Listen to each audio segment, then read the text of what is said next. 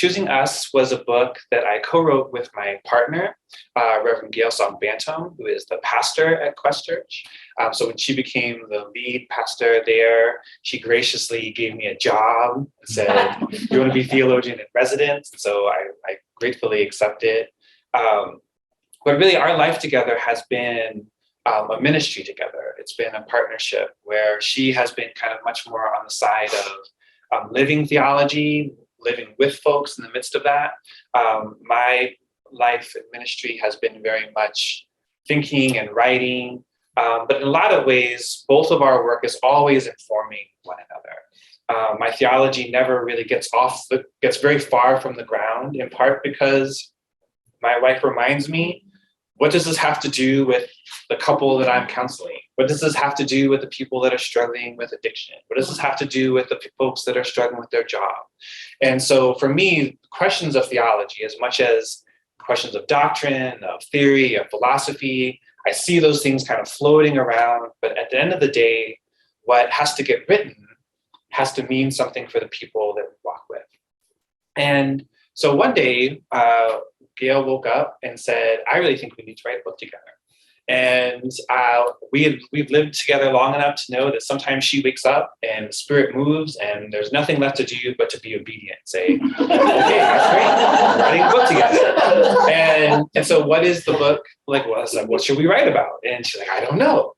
So we started thinking a little bit about what we together kind of could offer the world. And so Gail is an amazing leader, has so much to offer the world in terms of leadership development, creating new organizations, diversifying organizations, but that's her book to write because she has those skills and those experiences. But what we did realize was we have talked with couple after couple after couple who are looking for ways of thinking about what does it mean to be for one another in a world that is patriarchal, misogynistic, racist. And this goes both for couples that are in racially homogenous relationships, as well as especially racially and ethnically diverse relationships, so interracial marriages.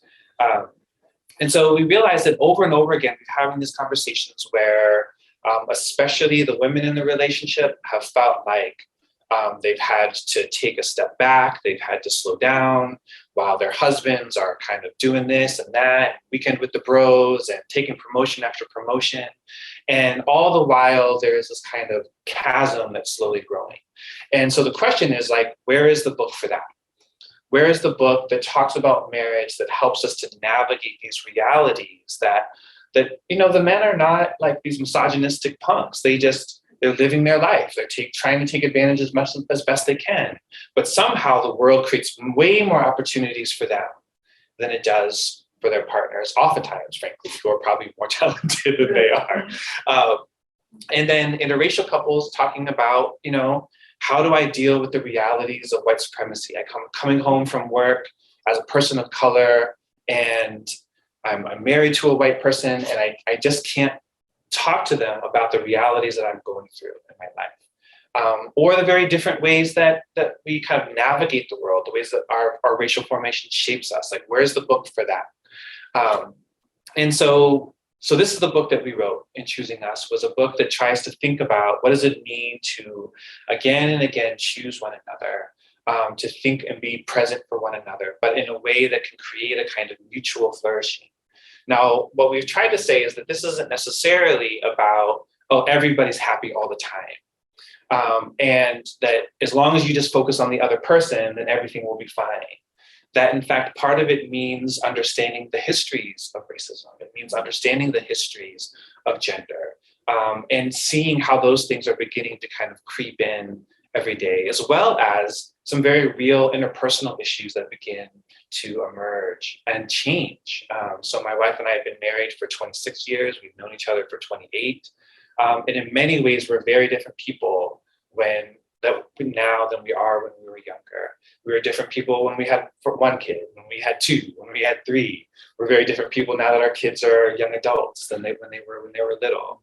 And so these habits of learning and changing and adapting to one another is something that we just never felt like we really saw or read in books about marriage or even about relationships, much less than that. So part of that, I just want to kind of finish up talking a little bit about why at the end of the day, on the one hand, this is, I hope, a really practical book for folks. And we've heard really great feedback that it has been really helpful. But at the same time, in my mind, this is also a deeply theological book. It's a book that is as much tied to the most sophisticated philosophical theology that I do. In some ways, actually, is harder to write and harder to think through. Because at the end of the day, at least for us, this book was really thinking about relationality. And in my view, it is a theology of relationality, of what does it mean to be present with one another in the midst of our everyday life together. So what I'd like to do, just in my last couple of minutes, is just read a couple of passages that close as a kind of sending, and then we'll have some time for questions. And this comes in the very end, talking a little bit about this idea of covenant and why covenant is important in our lives. In the permanence of daily intimacy of life together, we grow. Our roots reach deep into the soil, seeking nourishment and life, and weave into one another, allowing everything we see above the ground to bear fruit. But it is also covenant that allows us to see that our flourishing is bound up with the other. Part of the gift of a life together is that when one of us gets an amazing job opportunity, the question is also an opportunity for the other to take stock and reassess their vocation. Our lives are intertwined. And this is a gift because it means that the time when we have to wait, or the risks we both have to venture into, or the compromises one of us must inevitably make, these realities are also teaching us. In that ebb and flow of pressing or slowing down, having to live our life wound up in the life of this other person, we also begin to find new ways that our lives and our bodies do work in the world. While I might have thought that working at a small liberal arts school wasn't doing much for me professionally, Gail's presence leading worship or preaching was connected to our life together. My life with Gail pressed me into new ways of inhabiting my manhood, which gave me the freedom to sit still as best I could. And even that sitting still speaks in the world, just like not following the dream job can also create.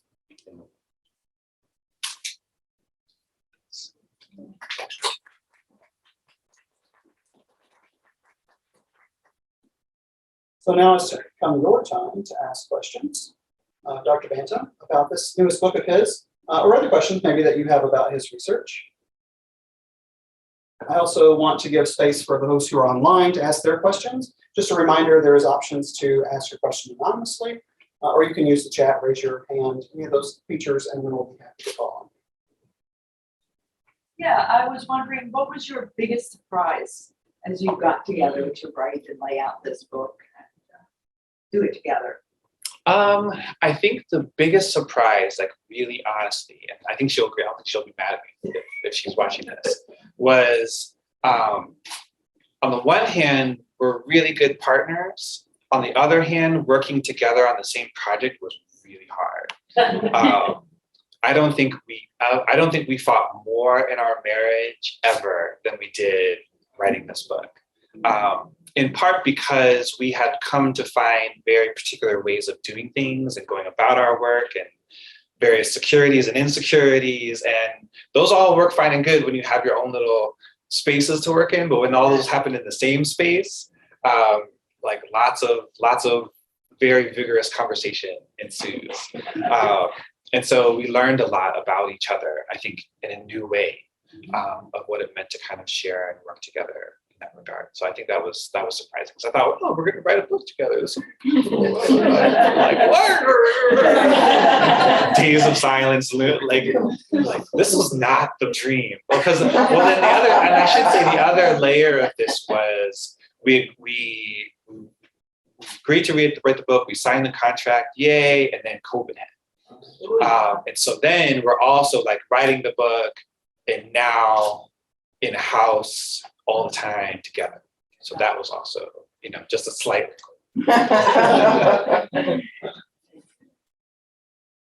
What's a piece of advice you would give to married or newly married couples after learning more about yourself and more about marriage in this process? Asking for a friend. Anyone in particular in mind? So a couple of the things that we say. So one is this idea that you are being in a relationship is a commitment to learn about the other person and to also learn about who you are with this person. And the idea that that is a constant, ongoing process. So I think we have these ideas sometimes of like, oh, I know myself, and now I'm just going to be joined to you, and like this is a great little corporate merger, and we're just going to live our life together. But like we are very temperamental beings and require very specific climates to like exist in a certain kind of way. And all of a sudden, you put us in a different climate, a different mixture of light and water, and all of a sudden we're very different. And so I think that was probably, the first part is just to know that you're not going to know. And then you think you know this person, and then you start sharing a life together, and all of a sudden there are going to be some things that come out. And so taking the time to ask both of yourself, wait, who am I in this moment? And then who is this person? And taking some time to have those conversations. And I say that too in the sense of, you might be becoming someone, but you also might revert. You might slip. Like you've maybe become a person with this person, and now that all of everything's settled, then it's like you maybe kind of slip back into some stuff. And I don't mean slip back in the back of it, but you just revert to your natural state. And the person's like, wait, who is this person that I'm in a relationship with? You're like, well, actually, this is how I've always been. So, but you're committed to that, as much as you are committed to the fresh-faced person too.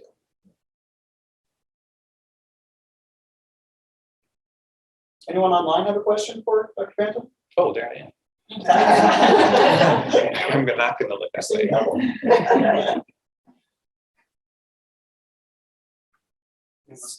Going off of what you just said, I was in a marriage when I got married when I was 30, and then I have just gotten married when I was 53. So much of me has already been formed, and so much of her has already been formed. It would be interesting to me to think about the differences between people who were married younger, let's say 20s or 30s, and how that shapes them. And then people who are married like us, old women, along with the whole queer thing, which I'm just going to pin. But interesting differences between how she and I interact versus how I acted with my ex-husband. And we are all friends. Thank you, Jesus. And so it's, I'm constantly in those two worlds, thinking about who I was. Yeah, no, I think that's a great question. And that's something that Gail and I think a lot about, especially as we kind of walk with single folk who want to be in relationships. Because we met when we were 19, got married when we were 21, first baby when we were 23. And so that's really, we only know life with each other. Which on the one hand, the advantage is you don't know what you don't know. So I don't know what habits I have. I'm used to waking up with this person, and this is the little dance that we do. But at the same time, I think as we've gotten older, and this is where this language of kind of slipping comes back, especially as our kids now are pretty self-sufficient. Although we got a puppy for some reason, but I love her, but I'm like, why? But I love her. But what we found is now that we're in our 40s, we actually are finding some of the ways that we had been stretching for a really, really long time without actually realizing it. And so there are some natural tendencies, some things that are kind of inherent to who we are that kind of just make us happy, that maybe don't mix quite as well, right? So then it's now a renegotiation of okay, I have to get to know you now, and you need to get to know me now, and we need to make some decisions about how we live together. So I think in some ways it's similar, but we also kind of feel folks who are in their 30s, for example, who meet and have to merge these two lives with these with a kind of independence and a kind of certainty about who they are. And that's a very different kind of negotiation. And Gail and I are very clear, like, we're not the people to talk to about that. We can offer some advice, but it's not like we've lived that. And I think that's part of it too, is that understanding that all of these relationships have hues and textures that are all unique. So obviously we've written this book from as people who are in a different gender relationship. We hope that there are some things that kind of transcend that, but we also recognize that there are very specific particularities to people who are in same gender loving relationships. And all of that has to be kind of baked in to any kind of relationship, as long as we have kind of a trust in one another to have those relationships. We have a question online. It says, do you see the process of becoming real with each other in marriage that you were just describing having relevance for knowing and being known by God? Yeah, a very theological Yeah. question. Go figure, we are at some. I think yes and no. I think, interestingly enough, I think a lot of the folks that we walk with, the more they are open to the mystery of God, the more they are open to the mystery of their partner. And the more certain they are about who God is, the more they expect certainty about who their partner should be, or certainty about the rules that each person should have. And so then I think then this reverses. I think this idea of being known by God sometimes can get a little confusing for us, because we think, oh, well, at least God knows everything about me. And on the one hand, like, maybe that's a little frightening, frankly. But to some extent, I'm not really sure that that's the point, to be known per se, in the sense of like, these are all the things that I know. These are all the things I know what you're thinking. It's a little creepy. Whereas this idea of knowing is also a commitment. God knows my sensibilities. God knows my flourishing. God knows my becoming. Whether or not God knows what I'm going to become or not, again, it's like these kind of questions of omnipotence and foreknowledge, which I think, frankly, just I'm kind of bored by. Like, I don't care if God knows or doesn't. But I do think God is invested in the rhythms and patterns of singing with God in God's life, and God knows that I can sing with Him. Now, does God care exactly what I sing? Is maybe less important to me. And so I think in a way that's also a question of relationships. I want to be for my partner, and I want my partner to be for me. But at the same time, there needs to be a radical openness to what that for could look like. Because I don't necessarily always know what that for should be. Thomas? We'll take one more question. We're going to wrap up. Thank you. Dr. Bantum, your chapter on race and belonging, I really enjoyed it because you and Gail were talking about like your different ways of feeling belonging in Korean spaces, Black spaces, white spaces. But I was curious, since you know my work is on adolescence, I was curious the negotiation you had when you were raising your three sons in terms of what does it mean for them to belong in these three different categories, and what type of racial socialization did y'all actually do? That's a great question. And it references my previous work, Redeeming Mulatto. Just want to say. So this idea that, so part of the work in Redeeming Mulatto was to kind of talk about this melodic sensibility. And what I mean by mulatto is Mulattic. So not like mixed race as panacea, rainbow children, like kumbaya, but mulattic as people who are the child of an encounter of difference. But that encounter is unrepeatable. So what that means is that my children cannot have my experience of being a Black mixed child, being raised in a white household, coming to find a personhood in Black folk. And they can't find it because they have a Korean mother. They can't find it because their hues are all different. They can't find it because the visuality of their race is even more ambiguous than mine. and that they have multiple tethers that are different. So in this way, like this idea of socialization is difficult because in some ways it presumes what the socialization should look like, right? And for us, the commitment was each one of these children is going to experience their racialized body in profoundly different ways, and we can't determine what that's going to be. My middle son is the darkest of the three. Probably looks a little bit more Indian Filipino, probably than anything. My older son is sometimes gets mistaken as Mexicans, but very rarely gets identified as Korean. But yet at the same time, clearly not liked. And so they all have to navigate these spaces of what does it mean to be brown in the world, to be fundamentally different in the world, and yet still find a sense of home and centeredness. So for us, that socialization has meant, one, that they have a consistent engagement in spaces of a variety of difference. So a multicultural church was just a non-negotiable for us. And the gift of that was they had lots of kids who themselves felt very in between, whether they came from a kind of homogenous cultural background and just felt in between in their life, or if they were themselves racially mixed.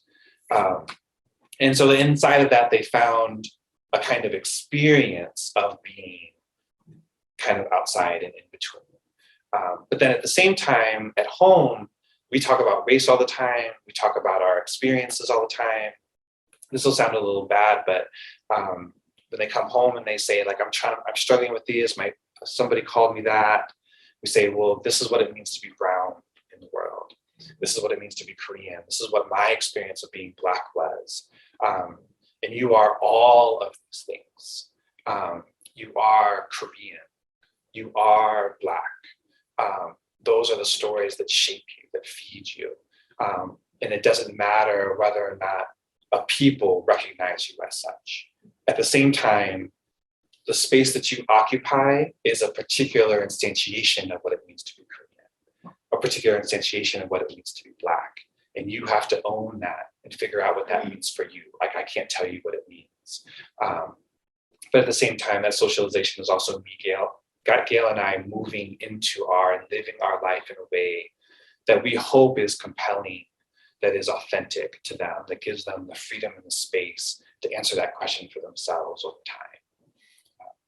And I think at the end of the day for them, they feel like at home, I feel like who I am.